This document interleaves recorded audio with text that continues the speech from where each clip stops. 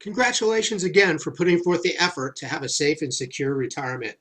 I'm Mike from SafeMoneyHelp.com, and today we're going to look around at the just-in-case expenses in your retirement. As a review, we're going to break down your expenses in retirement to 4 different categories. Each category has different characteristics and will match up the assets that you own to best fit these characteristics. Last session, we went over the must-haves, and the must-haves are the essentials that you need to survive every day. Must-haves take care of your food, clothing, shelter, medications, and everything else that you need in order to survive. Today, we're going to cover the just-in-cases. And over the next couple of days and sessions, we'll talk about the nice-to-haves and the when-I'm-gone expenses as well. So how many of you have ever been in the situation pictured in this image? When I was younger, I had a fascination with old air-cooled Volkswagens. If you've ever owned one, you know that they're great little cars, but each of them had their own quirky personalities, and they would leave you stranded at the side of the road in the most inopportune times. You know, eventually you'd end up having problems. You just didn't know when it would happen.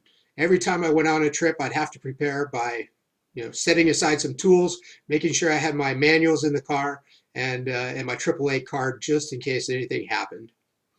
As in my case, when you hit retirement, you know there will be unexpected expenses that will pop up at the most inopportune moments. You just don't know when they're going to happen.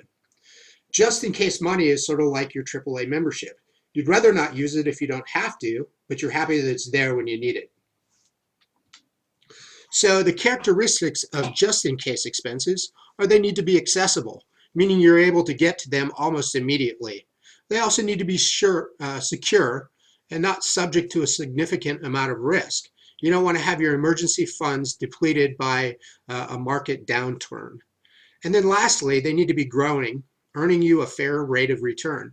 Ideally, you want your emergency fund to always be growing. So at this point, go ahead and grab your workbook and go to the just in case section. Now, when you're in your working years, a rule of thumb is to have 6 months of income saved to deal with any emergency. If you've already retired, your income may be lower than it was when you were working. And go ahead and write down the amount of 6 months of your income before you retired. If this seems a little bit high, write down a number that's maybe slightly higher than what you feel comfortable with. So as I mentioned in the last video, this was a little bit shorter effort. Thanks for taking the time today to go through the just-in-case expenses with me. If you haven't finished your worksheet up until this point, go back and complete the must-haves and the income and assets section. Today's topic won't take too much time to calculate. Tomorrow's topic is going to be a little bit more in depth. So today is a good day to get caught up. So go ahead, watch your email for the next session, and we'll get on to the nice to haves or the fun part of retirement. Thanks again for listening.